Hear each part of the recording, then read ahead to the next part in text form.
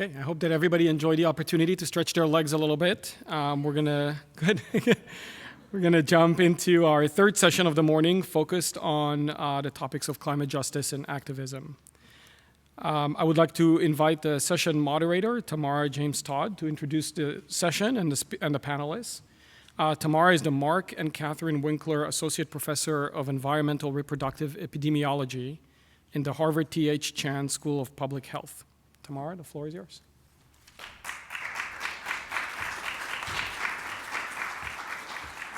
Good morning.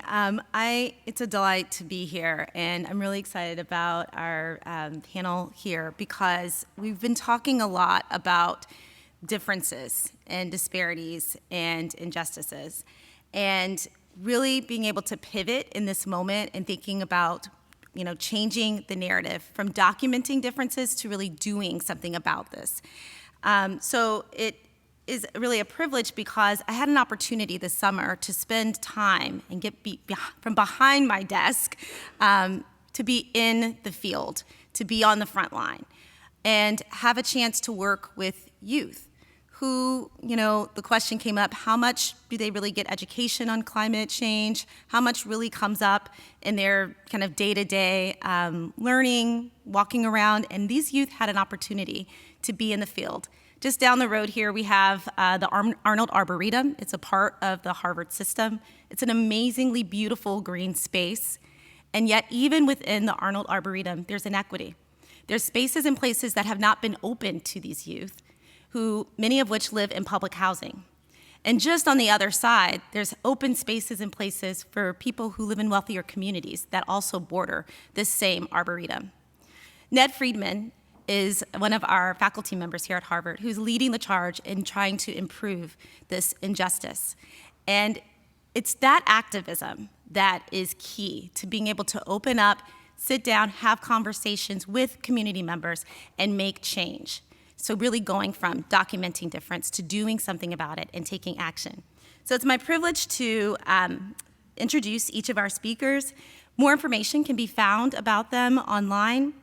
Our first speaker will be Juan Declet-Barreto, who is the Senior Social Scientist for Climate Vulnerability at the Union of Concerned Scientists.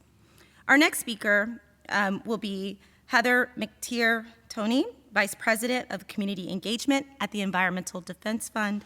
And then I get to have a conversation with Autumn Peltier, the Global Indigenous Rights and Water Activist and Chief Water Commissioner for the Anishinabek Nation.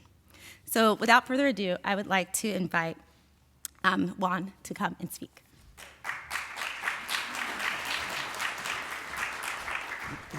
Good morning, everyone. Thank you, Tamarra, for that introduction, and thank you for Autumn and Heather for being here. I'm Juan Declet-Barreto. I'm a Senior Social Scientist for Climate Vulnerability with the Union of Concerned Scientists. Our main headquarters is down the road here in Brattle Square. I'm sure some of you are familiar with the organization. We are an organization who puts rigorous science to work to build a healthier planet and a safer world. And I'd like to share with you what our role is as advocates for equitable solutions to the climate crisis. We work in coalition and independently with large national environmental organizations, commonly called the Big Greens, scientists, scientific societies, and also climate justice and environmental justice organizations to advocate for equitable policies that can take us out or address the climate crisis. We work on adaptation to impacts and also on mitigation of the emissions that cause global climate change. One big part of our work in the Climate and Energy Program at UCS, where I work, is to research and communicate how climate change has worsened extreme weather events. This summer, we relabeled the May through October period as a hashtag danger season because climate change has changed the way that we experience summer, making it rife with dangerous heat waves, floods, and wildfires, or the hot and dry conditions that make those wildfires more probable or more destructive. Indeed, by our count of National Weather Service alerts, as we can see in these maps, large swaths of the US were under such extreme weather alerts for much of the May through September portion of the summer. This points to what Dr. Roberts said earlier about compounding back-to-back events that are being worsened by climate.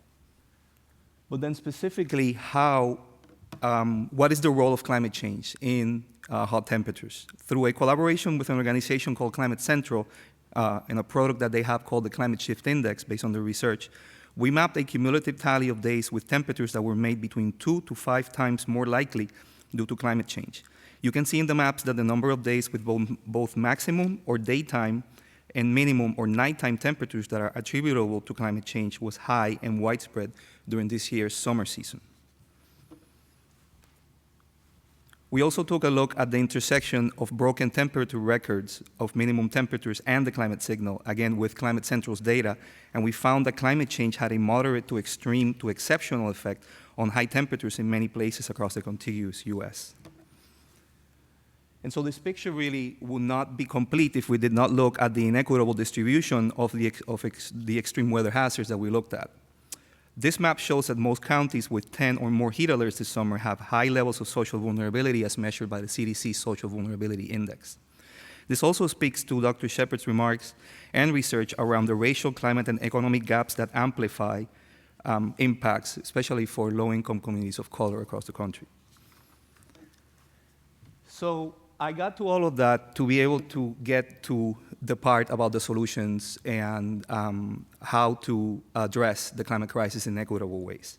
How do we move from the observe and project the climate impacts and the inequitable ways in which they impact people to a climate resilient future for everyone? A lot of that was the subject of the earlier talks from our previous panelists. The term I think it would help if we start by recognizing that people are not inherently resilient. Seems to be a topic that was broached earlier. That the term resilience gets thrown around a lot in ways that suggest that some people can and will recover on their own. This is a really problematic framing that can set the stage for people and the places in which they live to absorb more climate damages, to take more and more harm without doing anything about it and without accountability at all levels of governance and across private sector as well, and big polluters for their role in the climate crisis. So what is needed is action at all levels and the private sector in collaboration with communities to produce that resiliency, for communities to not merely bounce back to the way they were, which increasingly looks like such states were not resilient in the first place, not really desirable places to go back to, but to be prepared for present and future impacts. Like Dr. Shepard said, communities need to be at the table of solutions.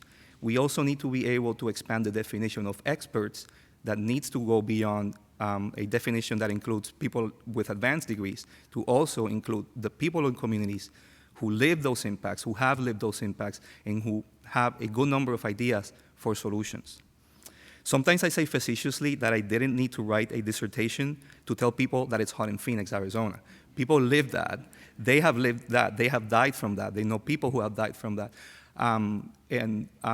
People do not really, like Dr. Roberts said earlier, people do not really care about how many standard deviations above or below the mean some temperature or some climate or extreme weather indicator is. People care to know if their children are going to be able to play football if they're going to be able to be out in the park and not pass out or die from extreme heat.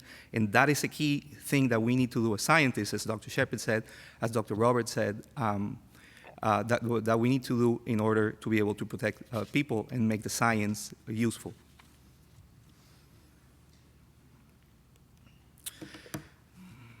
So the ways in which we need to do this is through the two-pronged approach of adaptation and mitigation.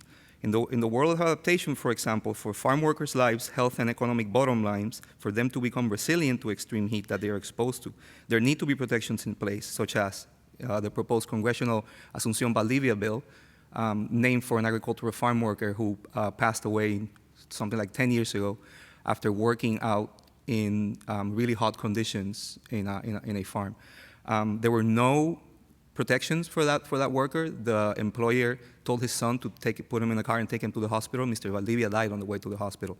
This is an entirely preventable death. If there had been training for managers, for supervisors, for workers to recognize the symptoms of a heat stroke, to take action to protect lives, this is a kind of fatality that could have been prevented with common sense protections.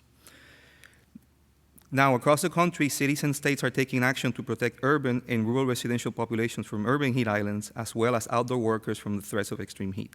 To protect from floods and hurricane hazards, there are other solutions, such as increasing affordability and access to, for example, the National Flood Insurance Program, and other measures to harden residential and other built environment infrastructure.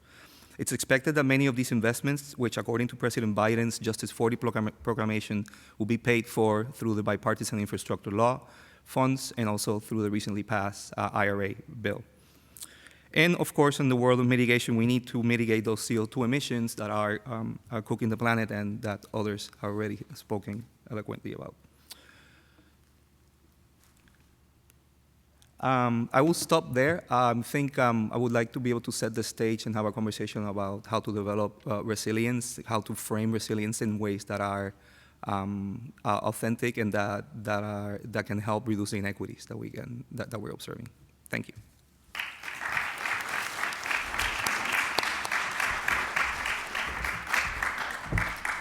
I just would like to remind audience members that you are welcome to submit your questions at any time during the session, and we will get to as many of the questions as we can. Please use the QR code that is located here on the screen to access Slido and to be able to put your questions into the chat. The next speaker is Heather McTeer Toney, and we look forward to her talk as well.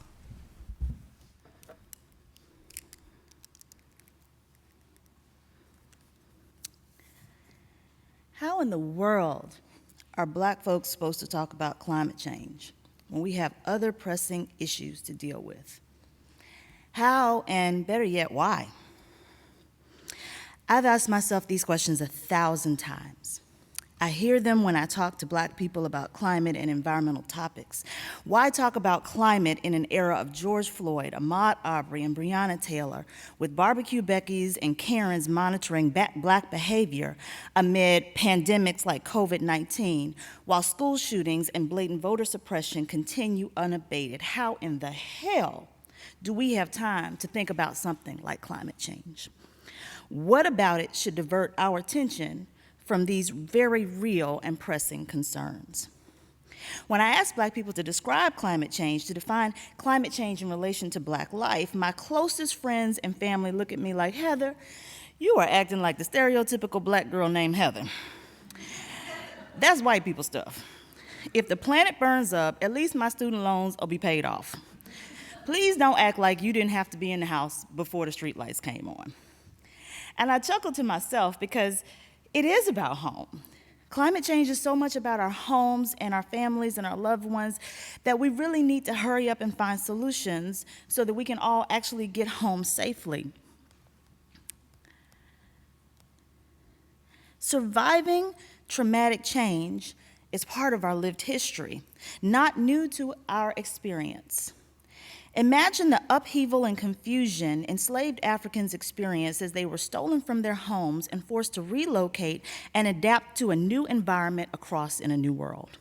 Most were taken to locations in the global South, like Brazil and the Caribbean, while others landed in the continental United States. We are descended from people traumatically moved from one ecosystem, the linked biological community of plants, animals, people, germs, energy, and transported across the Atlantic Ocean to an entirely different ecosystem. Under the most horrendous and inhumane conditions imaginable, the enslaved were forced to teach and care for people from another ecosystem, European, and then to figure out how to make plants grow and animals thrive. So my ancestors brought with them skills they quickly learned to apply to the land they were forced to tend. If there is any group of people that can innovate climate solutions and adapt, it's Black Americans.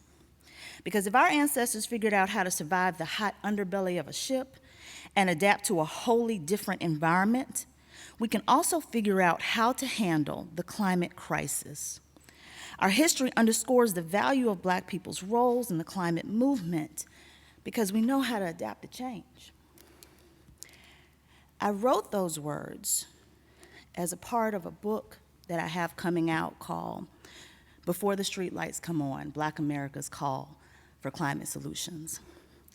And I share that because it guides my lived experience and the lived experience of so many that I work with and see every single day.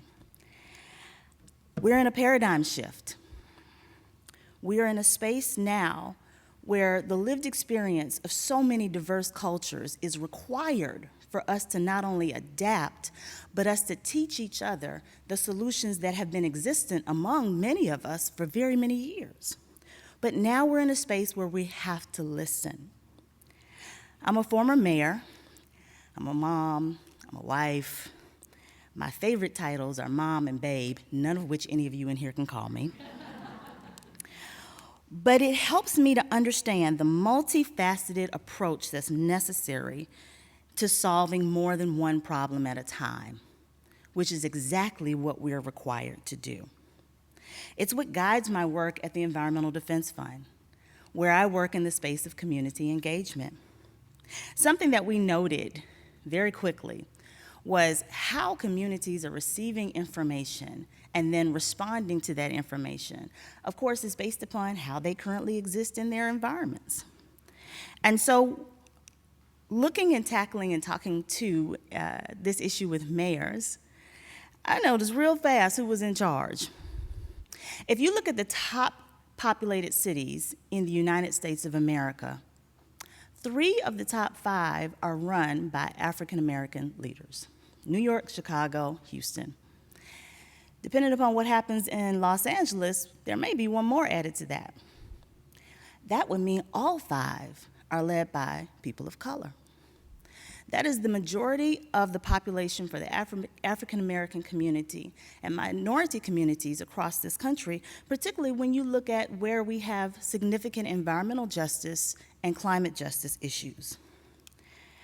And these are the very same people who are working to implement actions that unfortunately are not yet equitable.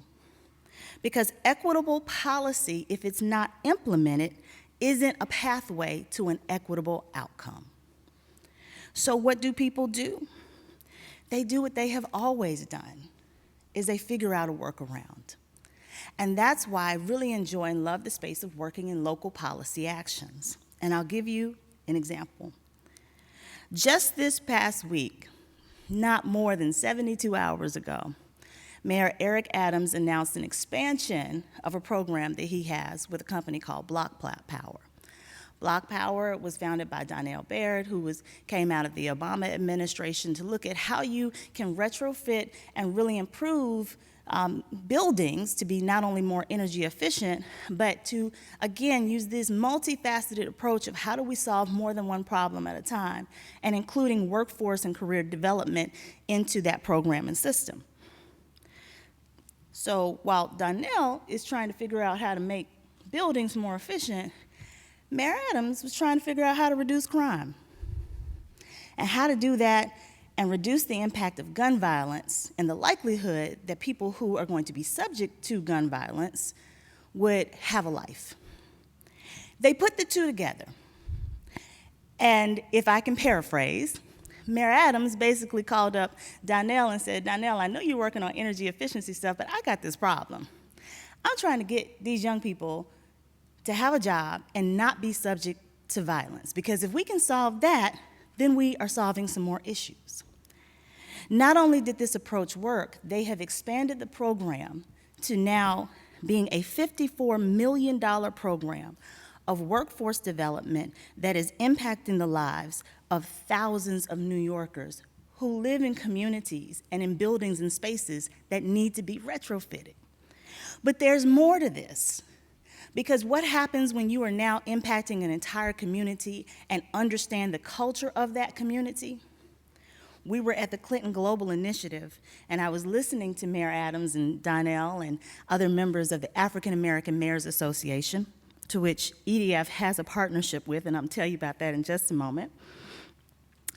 And Mayor Adams said, you know, my son can listen all day, I can talk all day about energy efficiency and all this stuff that I want to do, but it's not going to be until he sees Drake on an EV bicycle that we really start to get it.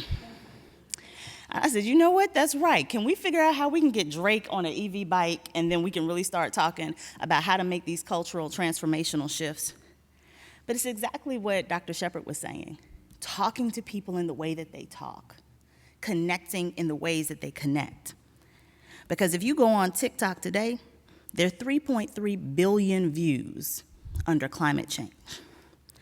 But there are 18.5 billion views under Black TikTok.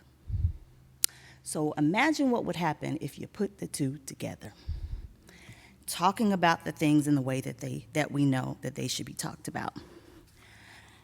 The program that I am excited about that we work on and I get to do every day is the partnership that we established with the African American Mayors Association. And we established this partnership because, A, we understood very quickly that we have to talk about local policy actions and figure out how in the spaces that we need to have these workarounds of implementation of the policies and co-creating the solutions that we could actually get it done, starting with the leaders on the ground. And when we put that together with, again, very recent, information we've heard repeatedly about voters of color, which you heard a little bit earlier today. There was a recent report that came out from Green 2.0 that said people of color, once again, are extraordinarily worried about climate change. Asian and Pacific Islanders, 82%, Black people, 74%, Hispanic people, 74%. So we know that there is a need and desire to try to figure it out. Just what is the pathway and what is the lever? This work has led us to understand that not only do we have a lot more work to do, but that there is opportunity and power. I'll close with this. In a few weeks, we're headed to COP, going to Egypt to help to be one of the advocates for the first ever climate justice pavilion that will be held at a COP. It is going to be a pavilion that is solely pulled together of climate justice advocates, and I am blessed that I get to sit at the feet of some mentors that I have known and worked for in a very long time, and very proud that EDF is one of the places that I get to do this work with. But when I tell you I am more excited to hear about the solutions they talk and best practices among themselves to guide our work moving forward, that is the epitome of co-creating solutions, and that is how we're going to implement change. Thank you.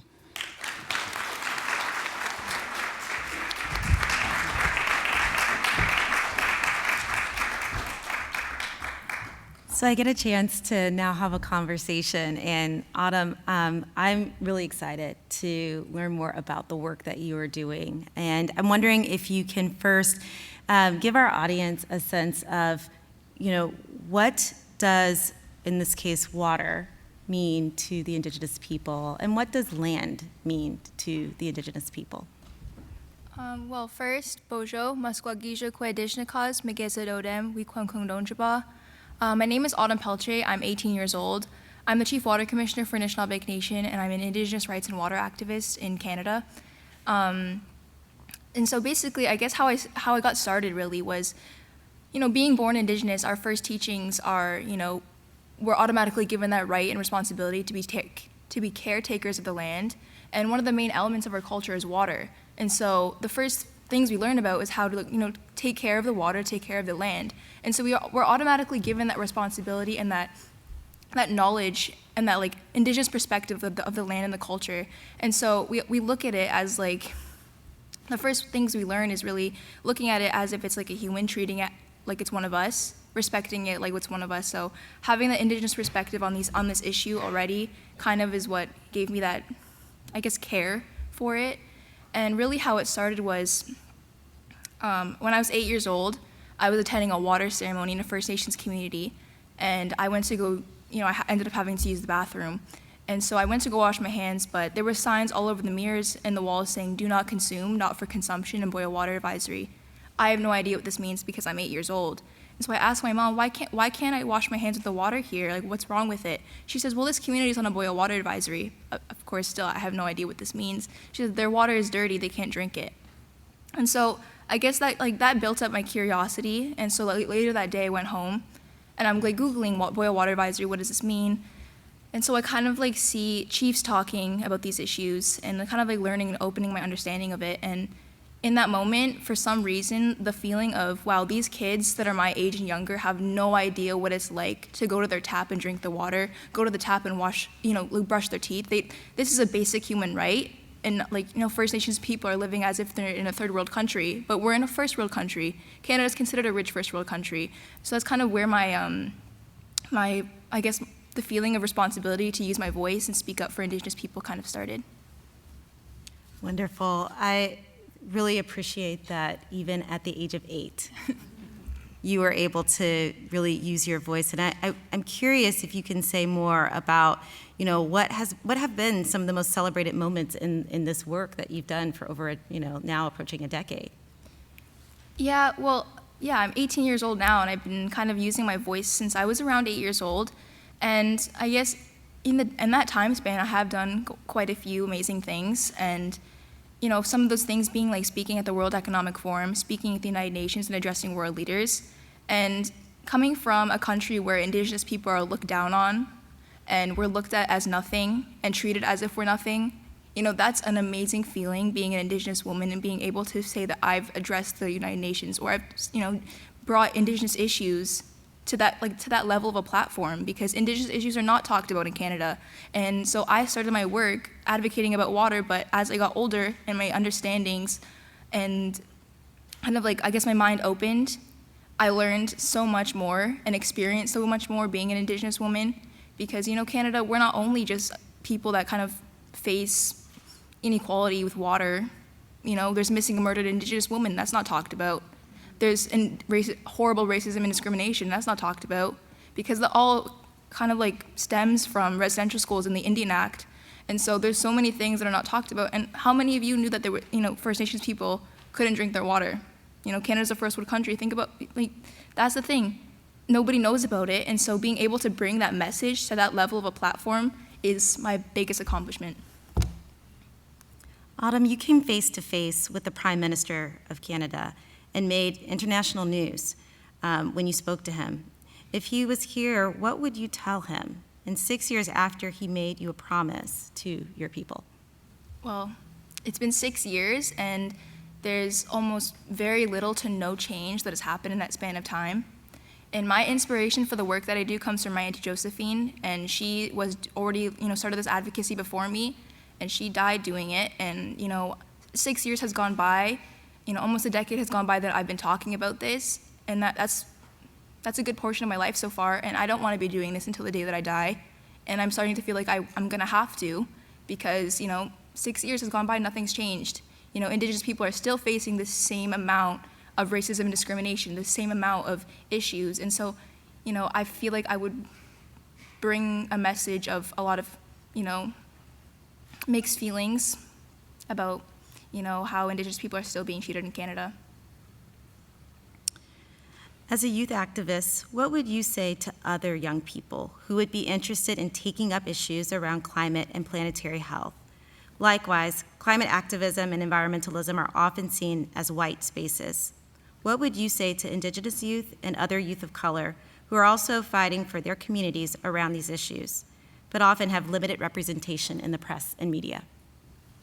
Well, I think, one of the things that I've learned doing this work is that the youth are the most powerful and they have the most powerful things to say.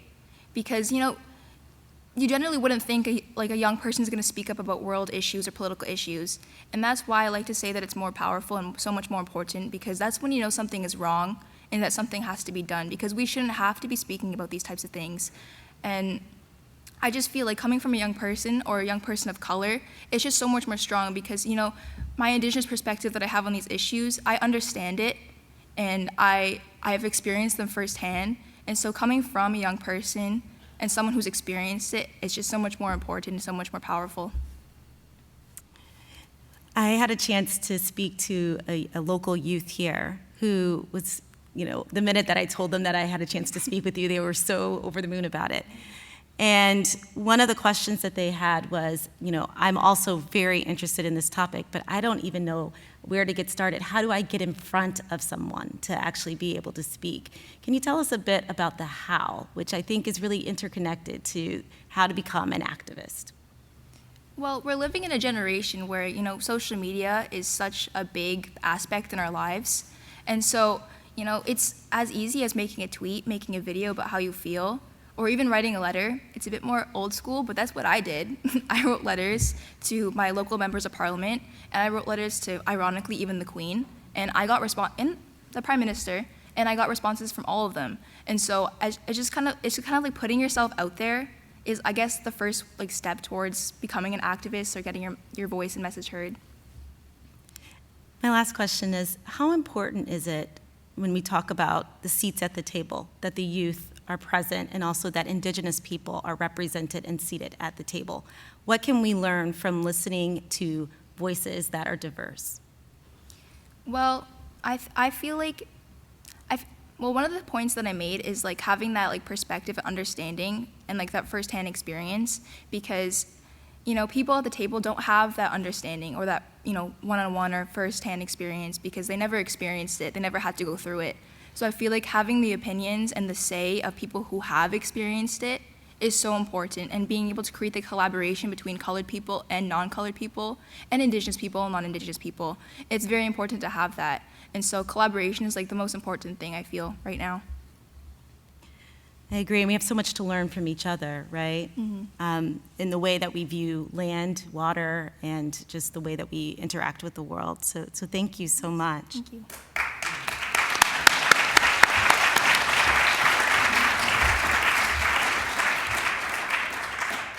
So I'm going to turn to our moderated discussion here, and I have a few questions.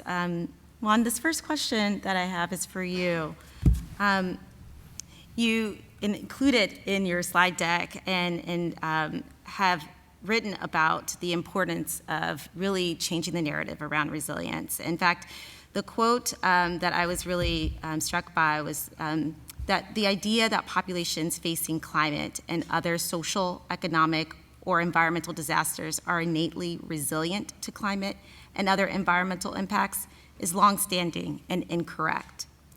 How can this framing of resilience as the antidote to the current climate crisis negatively impact affected communities, and what will it take to really shift that narrative? Well, as I said earlier, the harm in that sort of framing is assuming that there are inherent characteristics of people who many times tend to be very racialized, very sort of racialized and gendered, right? As a PhD student, nearly a little bit more than 10 years ago, in a discussion of the NSF grant that funded me, I remember, was a grant focused on extreme heat in the Phoenix metropolitan area.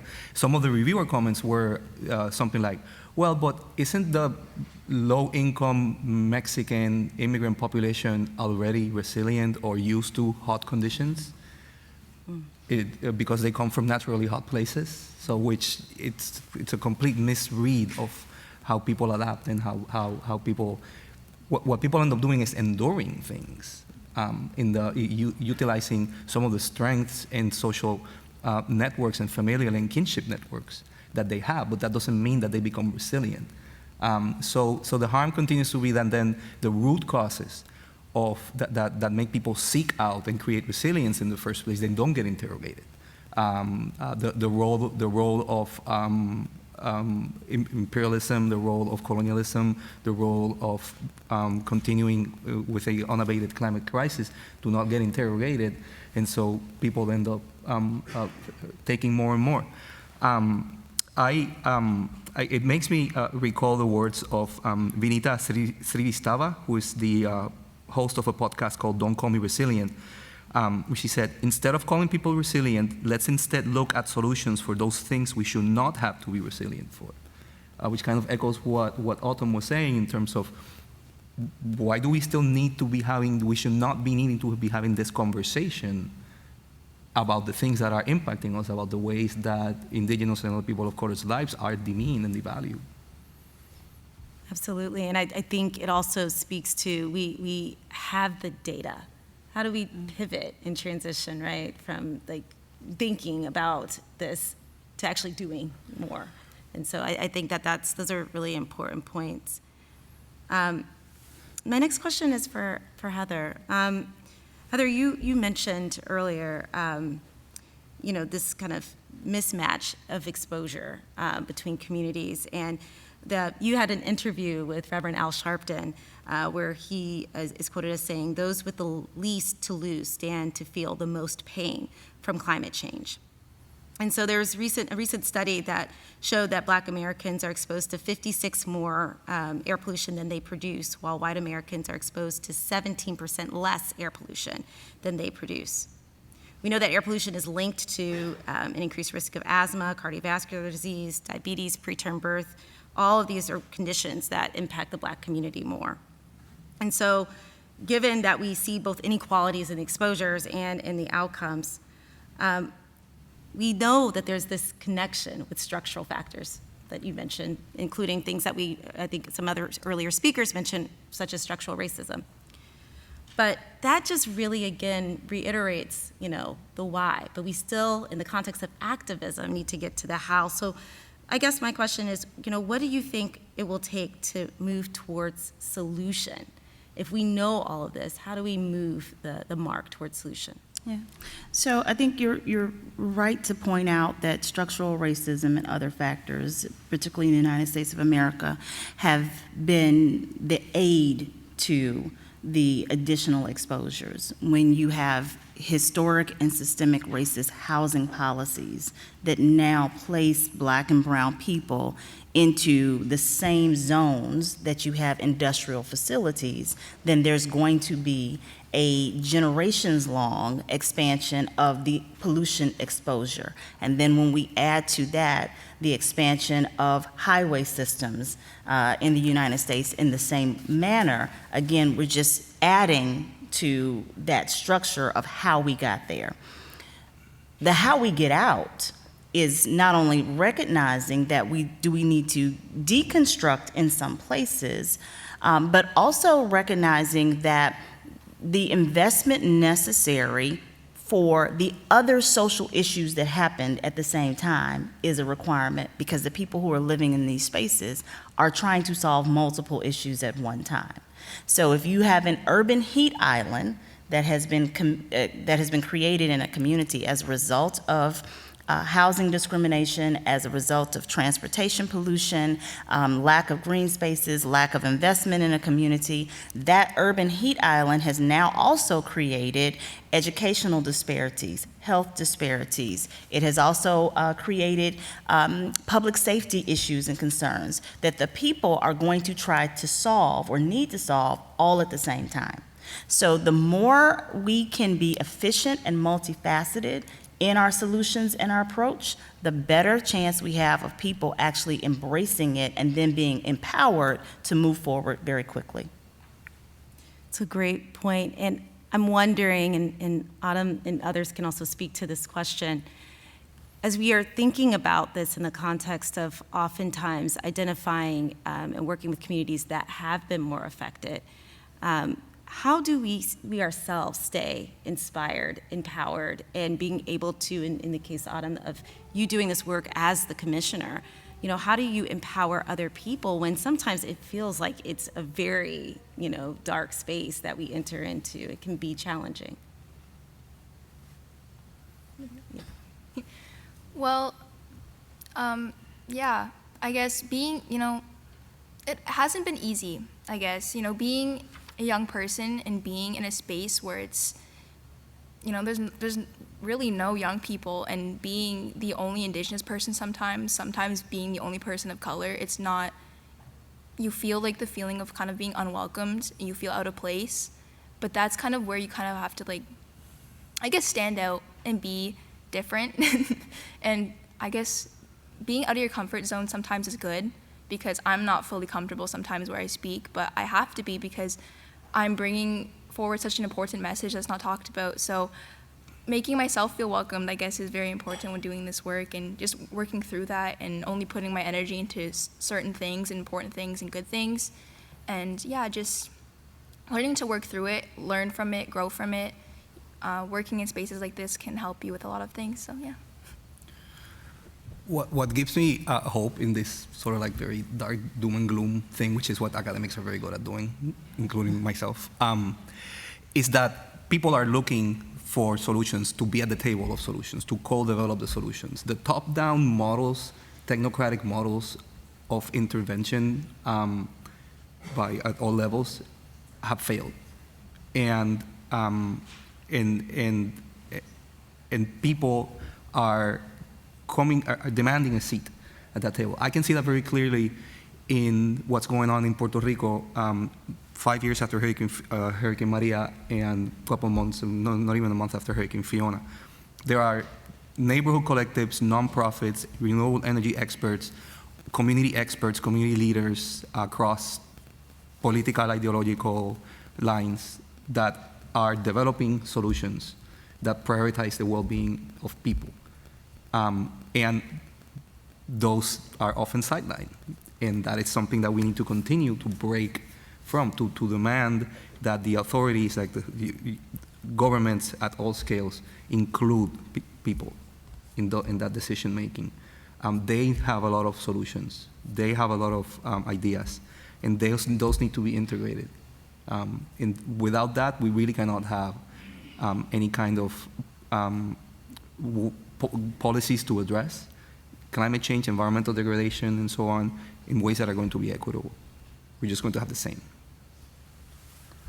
So I come from the Black church faith community, so I'm not doing the doom and gloom. Got plenty enough people who are doing that, so I don't need to add to that. I think that adding the hope side is what is very much missed in this space. And I think about, I talked to a lady, she asked me this question. She has a teenage daughter. I have a teenage daughter. She's like, my child is really almost in tears about this. I said, ask her, does she know what acid wash jeans are?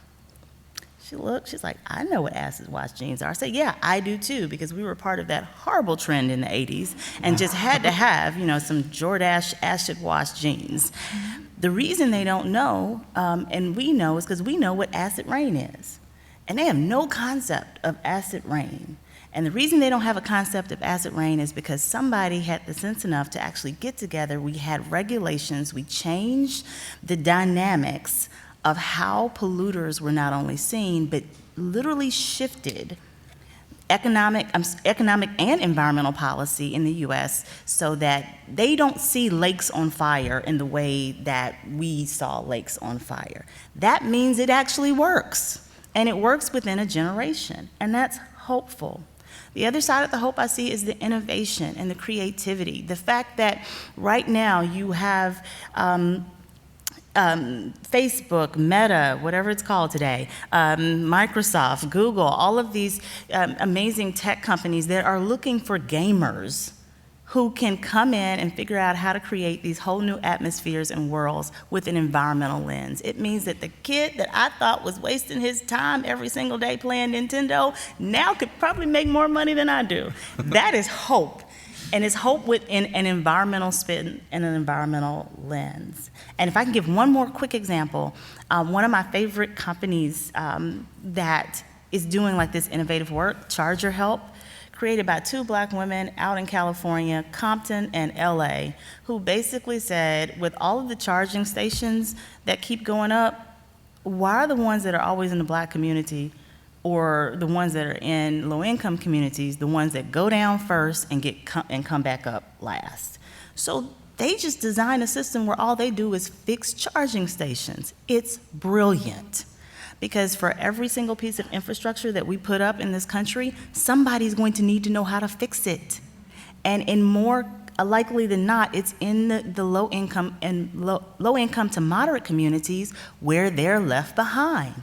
So they designed an entire program where they just train people on how to get the system back up and running.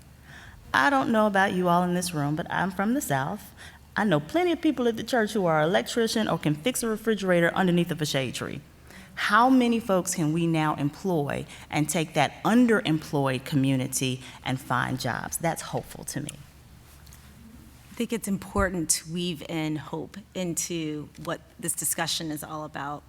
And along those same lines, and I think, Heather, you just like hit on my next question, is the role of technology and innovation in the context of really entering into a hopeful space, and who needs to be seated at the table. So we talked about the community members themselves being seated at the table, but they come with their own experience levels, to your point about the electricians and so on. Autumn, to the point of, the knowledge areas of the indigenous people, and Juan, to the point of the scientists that are bringing, who else is missing from the table that really could contribute to innovation and development of solution? The impacted people themselves, the people who don't have the PhDs, the people who didn't learn how to do this in a classroom like I did, the people who lived through it, the First Nations folks that have local knowledge, long-standing, multi-generational knowledge and wisdom that has been lost and hasn't been part of most of the sort of adaptation mechanisms at any level. Makes me think of a book I started reading by Amitav Ghosh, The Great Derangement, Climate Change and the Unthinkable. His basic thesis is that the failure to address the climate crisis is just a colossal collective failure of imagination, of being able to imagine a better world. So makes those of us who do climate change work for a living to basically sometimes retreat into these very sort of dark spaces, right? And we need to be able to move away from that through, for example, the examples that Heather was talking about. So I have a final question for you all. And it really is about the power of imagination and the ability to rethink. So this is for each of you. Recently, the EPA founded a new office for environmental justice. And I was wondering, what is your hope for this new office and what they may achieve in the next few years? And I understand that you're in Canada, but I'm just thinking broadly, if any of you were to be able to have a seat at that table, what would the big idea be for you all to actually imagine the next big thing that could actually help to improve environmental justice and climate justice specifically? I can start off and take a stab at that. I served as the regional administrator for EPA in the Southeast under President Obama, so I'm pretty close to that table. But it's also part of the reason I don't think it actually exists. And I say that because we have all been doing work in these spaces and just haven't met each other where we are.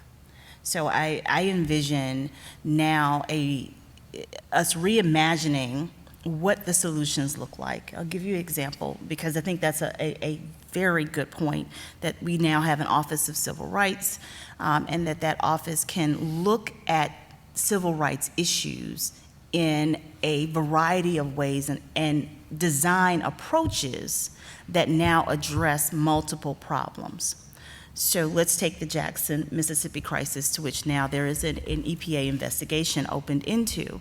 And in that crisis, you have an entire water system that was not only completely taken offline and crippled, but also crippled by a flood, but was done so under additional pressures of the lack of attention and investment from the state of Mississippi. Immediately at that water crisis, what happened? We do what we always did. We send water. And I'm from Mississippi, from the Delta. I've seen this happen so many times. We talk about an environmental justice community, and we send water because water is the critical need and thing that people have to have. But we sent plastic bottles of water. We sent truckloads and truckloads of plastics into an environmental justice community under the guise that we were doing something right. And so it is the thinking, again, of what are all of the impacts that we're doing, even in our good intentions, that can sometimes exasperate the problem of environmental justice in an environmental justice space. It's my hopes that the office, among other issues, because there are so many across the country that they have to grapple with, they certainly have quite a task in front of them. But it's my hope that they are tooled and equipped with the people and the experiences that help look at how do we solve and prevent these things from happening from a very multifaceted approach. It would be my hope that that the EPA takes the concerns of and the demands from the environmental justice community of addressing cumulative impacts, meaning regulations, policies address all of these structural determinants of who's vulnerable to climate change in a very siloed way. Housing, transportation, climate change, energy poverty, jobs, and so on. But people experience them simultaneously without regard to those artificial boundaries, right? So to take that seriously, bring it out of the anecdotal, which is how many environmental justice activists have been talking about it, and bring it into the empirical with analysis, with data. A lot of that has been done. It's not that that hasn't been done, but it needs to be part and parcel of the implementation. So, for example, Justice 40 under the Biden administration, that should guide 40% of investments towards environmental justice communities, marginalized communities.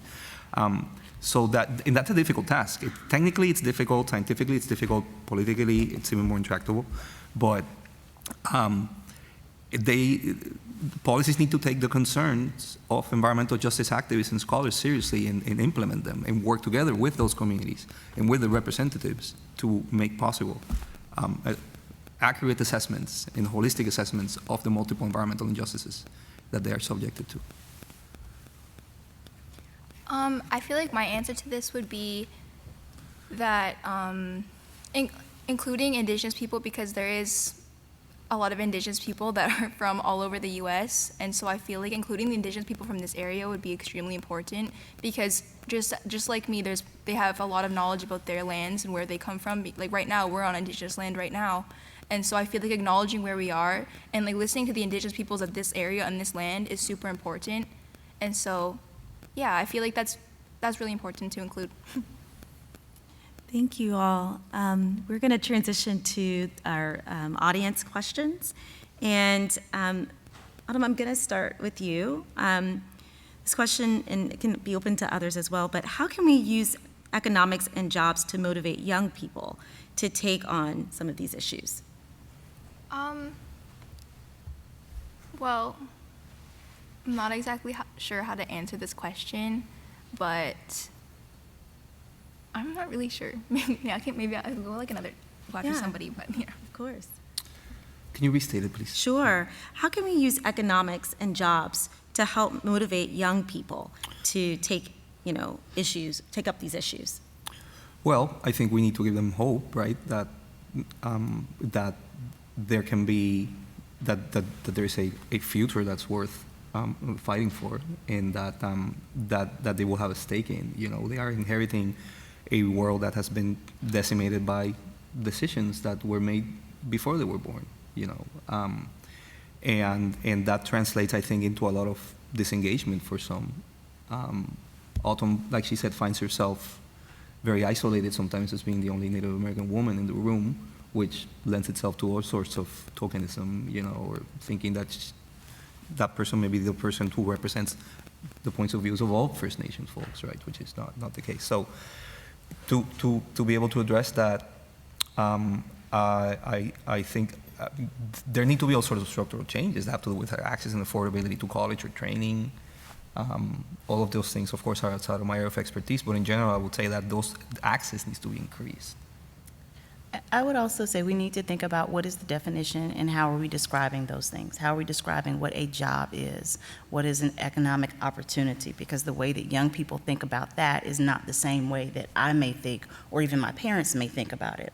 So often when we use these terms and say we want young people to get climate jobs, we're thinking of working for someone else and having a retirement and a pension and a health care plan, which is very important to me, not necessarily important to my 16-year-old.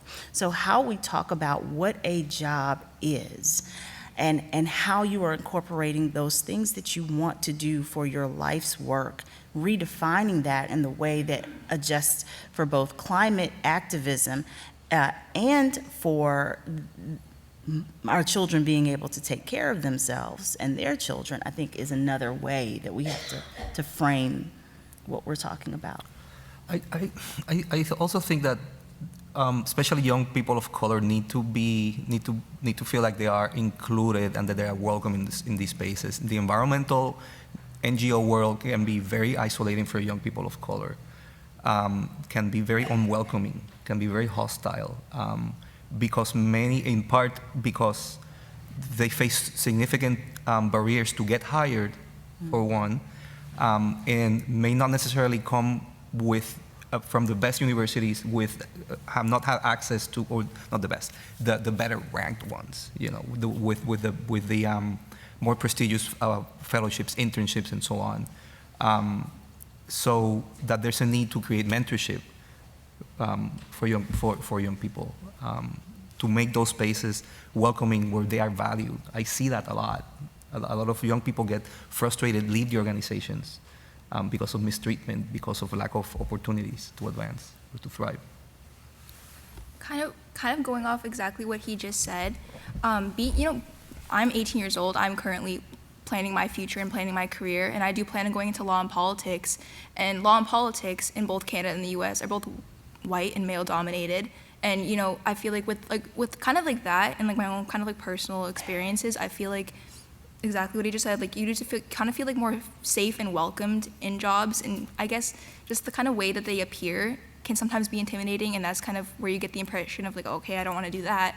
And especially being a woman, an Indigenous woman who plans on going into politics, I feel like the need for it to feel welcoming and safe is very important, and kind of just basically what he just said. It's a great point. And I think that's really going to require more of us entering into the spaces in places where we haven't been represented as much. Our next question is really regarding the levels in which we may take action. So I think, Heather, you mentioned, for example, at the local level, some of the changes that you were seeing in working with mayors and other local offices. And this question is really whether it's at the national level, but also in state level politics in the United States. It seems that structurally there's a lot of deadlock around things. So how much of this is really going to require local or municipal level action? And is that enough? We heard earlier that we're at a point where everyone needs to be on board. So in the context of activism, is it enough to just keep it at the kind of municipal level? And I mean, Heather, if you want to start, but certainly this is also for others. Sure. I think there's always room to do more. So the question of, is there enough? And I think it gives us the impression that there is something that can happen that we can all do right now in this moment that is this all-over controlling movement factor, when we already heard it's going to take every single one of us from every single level to even get us to a point where we're trying to reach 1.5, let alone stay under 2. But with that being said, you got to look at timing. Timing is everything. Political cycles are everything. We're 2 weeks out from an election. And just to put a timeline here, we're talking about hitting targets by 2030. That means the actions have to be done and moving and working, and we're seeing the results of that by no later than 2027. And in order for us to get to that point, elections and the people who are in office have to have passed the things so that we can implement them by 2026 or 2024. This is 2022. So the time frame that we have to actually get this done, I hate to tell people, it's non-existent. So now we are at state and local levels. And here's where your local officials have some challenges, because you have a lot of parts of the country, particularly in the Southeast, or what we call blue dots in red states, who are saying, don't send money to us through the agencies. Why? Because the agencies that are distributing funding under Justice 40, if you don't know what Justice 40 is, thank you so much, Juan, for giving that explanation. It's 40% of any federal funding going towards the benefit of environmental justice communities. Then there's the Inflation Reduction Act, the IRA and funding that's come through there, but it's going through the agencies, which means if the state doesn't accept it, the city doesn't get it. So even if you have something that's an equitable policy, if it cannot get to the community that needs it, it doesn't exist. So again, we're coming back to local leaders who are trying to figure out a workaround. What are some of the workarounds? Well, identifying places and spaces where you may not have to go through that process. One of the things that we were working on and still working on with the African American Mayors Association is a mayor's toolkit to show the places that you can navigate around that, because you got to get the money on the ground and it's got to be used very quickly. The other place that a lot of folks don't think through is your appointed offices and positions. Every city has them. You're going to have elected positions, but you also have positions that someone can just appoint you to. Autumn, I'm giving you a wink, wink over here, because young people have such a tremendous opportunity to just go and ask to sit on a board. You don't have to run for office for that. And there is tremendous power on so many of our boards and commissions. And it doesn't have to be just directly related to the environment or policy. You don't have to just sit on the tree board because you're environmentalists. No, they need environmentalists on the school board so that when they're doing policy and designing structure, they have someone with that mindset who is thinking through that. So there's so many ways that we can have an impact right now today that is efficiently spending the money that we've already been allocated if we just put the people in the right places. That's my TED Talk. Good, we're recording. Yes. I think that's exactly right, and I think that there are, the action is on multiple scales, from the global to the local, right? At the global scale, of course, we need to make sure that countries make the strongest commitments that they can and that they live up to the Paris Agreement commitments, right? At the national level, then we need emissions reductions. At the state or local levels, there's some control that governments can have and elected officials can have for those emissions footprints and for adaptation. And at the local level, then I'm seeing a lot of in the urban heat island and heat mitigation space, lots of action from key cities like LA, Miami-Dade County, and Phoenix recently appointed heat mitigation offices, and with some of them are actual scientists or people who have a history of organizing in the communities and know what the dynamics are.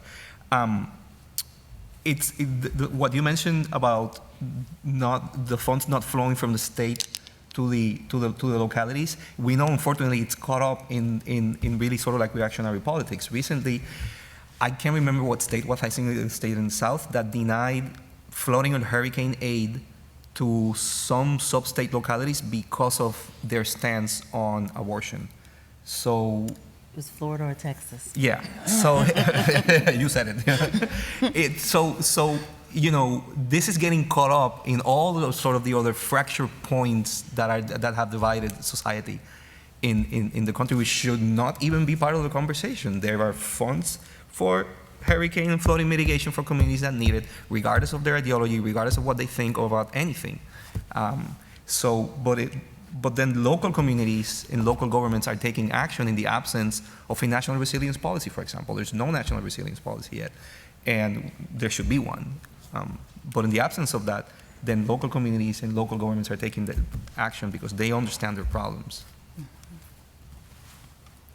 Perhaps going a little higher level here, what do you see as ways or strategies to actually do more work internationally? So really thinking about how can we better coordinate around these issues, particularly recognizing that, even based on what we discussed today, many of the injustices aren't just here in the United States or in Canada, but well beyond. And so what are some of the coordination and learning opportunities that we might have in this space at the international level? And that's for anyone. I think the local, again, just sort of staying in the space of local leadership, understanding that the connectivity between local leaders that takes place even beyond our socioeconomic borders. When there was heavy fighting in Ukraine, I was standing next to Mayor Suarez of Miami, who had just come from a meeting of the U.S. Conference of Mayors. He's the president of the U.S. Conference of Mayors, Republican mayor, Miami, from Hispanic background, and he was leading the mayor's leadership conversation with mayors in Ukraine that were just talking about the experience of dealing with violence and public safety via Skype. And they had this very real-time conversation.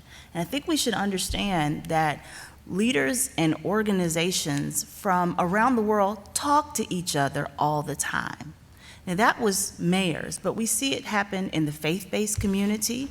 We see it happen with women's groups all over the world. Women are extraordinary at being able to talk to one another about what are the solutions in their communities, in their spaces that connect together: education, reproductive health rights. You remember when the United States was at the boiling point of being so frustrated at the change of rights here, there were women from around the world who were saying, not only do we stand with you, but let's connect on some other issues too. So that connective tissue that just happens between, I think, diverse organizations is something that we should all step into as an identification point of pathways for solutions. I think that international solidarity is key. I think it's a key component of that resilience that needs to be built. I think of, for example, the Just Transition Alliance, which is an organization I follow on Facebook. I see they do engagement, environmental justice and climate justice leaders and communities with labor, and they do that. They go to a COP and host those meetings and participate in that. So they're creating these key connections, internationally between people that are facing similar impacts in different parts of the world. I think that solidarity, but not in a sort of like cheesy way, but in a very real way that is a key component. I've seen that in Puerto Rico through like mutual aid organizations, for example, that's brought up and help each other to deal with climate impacts in the absence of a coherent governmental response. And seeing those things, how they can work out, how people are in different parts of the world and speak different languages and come from different backgrounds and are facing very similar sort of situations from the same root causes of structural racism and historical and longstanding racism and all the sort of practices that emanate out of that can start strengthening those tissues, like Heather was saying. Just one more thing to add, because you mentioned COP, and it made me think, for COP, you have C40, so the C40 cities, climate 40 cities, top 40 cities in the world, that leadership aligning with climate mayors, which are mayors who have basically signed a climate pledge. I believe Boston is a part of that as well. Aligning with the African American Mayors Association, aligning with the Mayors Mitigation Council, which is on the UN side, that is also aligning with climate justice, indigenous tribal leaders. Again, all in this shared space of local leadership and determining where they have connective tissue. So that is another space I think we'll see expand at COP. This is the thing to look for. It might not be on the main stage blue zone access points. There's so many conversations that take place in other spaces with people and groups who may not have the access that our leadership has, but they're still there having the conversations and they're talking when they get back home. My last question for you all is a question about, and around the idea of being a spark. Each one of us here has an opportunity to be doing work within our individual communities and the world at large, and really being able to ignite, a movement within each of our, areas of influences. And so the last question is, how do we spark a culture shift where people really, truly prioritize sustainability, climate action, and climate justice? I feel like my best answer for this would be that we kind of need to, I feel like we need to kind of like implement a way where we can like teach environmentalism and about climate change and these types of things in schools at an early age, and like kind of like put that into the curriculum in the education system, because I feel like learning about that at a young age is kind of where you shape mindsets. I mean, it is. It's kind of where you shape how you think and how you learn, and I just kind of feel like if you're teaching that at a young age, you're gonna grow up thinking that way. And so I feel like that's very important to do, and even kind of like trying to gain or create that connection. You don't have to be Indigenous to have a connection with the land and where you come from. You can literally be anybody, and I feel like that's what everybody is missing, is that connection to the land and the understanding and of just being where you are and who you are. I feel that's so important to teach, and I just feel like that's very important. I think every single one of us needs to come into whatever portion of the work or the thing that you do to make the world a better place with a very honest and self-reflecting understanding of where you are and where you sit and what sort of privileges allowed you to be where you are, right? And try to stay away from the sort of like saviorism, sort of like framing, kind of like action movie type stuff that centers you as an individual and makes it difficult to receive critique, for example, of what your contribution has been or how you have benefited. And I'm talking specifically about different levels of privilege, right? It could be white privilege. It could be a sort of like privilege that I have as a Latino man who is also white skinned, and to come with that understanding that can allow you to understand and work towards the resolution of the structural root causes that have created these injustices and that have created these unequal impacts. I think that's key, and everybody needs to do sort of their own internal internalization of that and their own learning to come into it. So I think we're all already sparks. This is a whole room full of them. This is more about spreading the fire and normalizing that spread, and recognizing that in other places and spaces that might not look like this, the conversation and those sparks are already going. We're sitting at an amazing historical institution. I will tell you, when I flew into Boston, I flew in with my Spelman College alumni shirt and sweater on, because there's amazing work happening in historically Black colleges and universities. And we got to connect those two sparks. We have to connect so that we are expanding and really being more efficient in what we are doing. So I think it's there. I think we all have it. We just need to identify it when we see it in these other places and then make it grow. Thank you all. Please join me in thanking our panelists and speakers.